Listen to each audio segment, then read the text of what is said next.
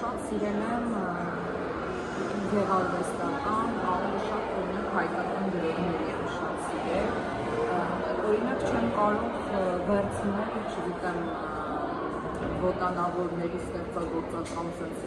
մեծ գիր ու դնեմ թերթեմ մի 10 ոտանավոր իրար հետևից կարդալ, այդ չեմ կարող, հաստատ մեկ-երկուսը կկարդամ ու կդնեմ եկել, բայց երբ որ դա պատմված կա,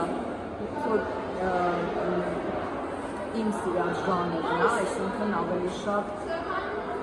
իրականություն, ավելի շատ ուսուցողական գրքեր լինի, մինչև վերջ շատ արագ կկարդամ։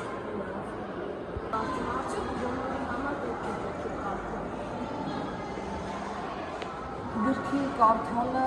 համարում եմ հմտություն, համարում եմ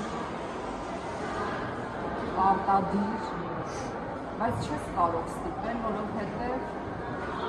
կյանքը ցույց է տալիս, որ գիրք կարդում է կյանքի որոշակի շրջանում։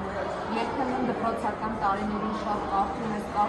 հետո բնականաբար մասնագիտական գրքեր ես կարդում, հետո կյանքի վերումով հնարավոր է զբաղվածություն այնպիսին լինի, որ չհասցնես կարդալ եւ այլն։ Եվ մի բան էլ ասեմ, որպես նորարարություն, դու գիտեք, որ ասում են գիրք կարդա, շատ ժամանակ դա օնլայն գրքեր են աշրջան, գիտես, չէ՞։ Օրինակ ուսանող տարիքում կարդում են հիմա, այդ ստատիստիկան եմ ասում, կարդում են ավելի շատ օնլայն գրքեր, հիմա որ հասկանամ, որ գրքի մասին ես հարցում եմ, թղթային գրքեր թե օնլայն, կարդում են մի փոքր է տարբերությունը դրանց, բայց կա մարդ, որ չի բախվում գիրք կարդալու խնդիրի հետ։ Ես կարծում եմ, որ դա անհրաժեշտություն է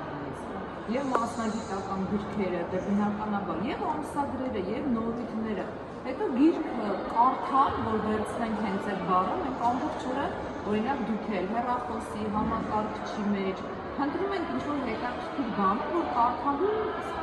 նյութեր են, չէ՞։ Դա էլ եմ համարում ուսուցողական մասը։ Ես կարդամ եւ այլն։ Ես եմ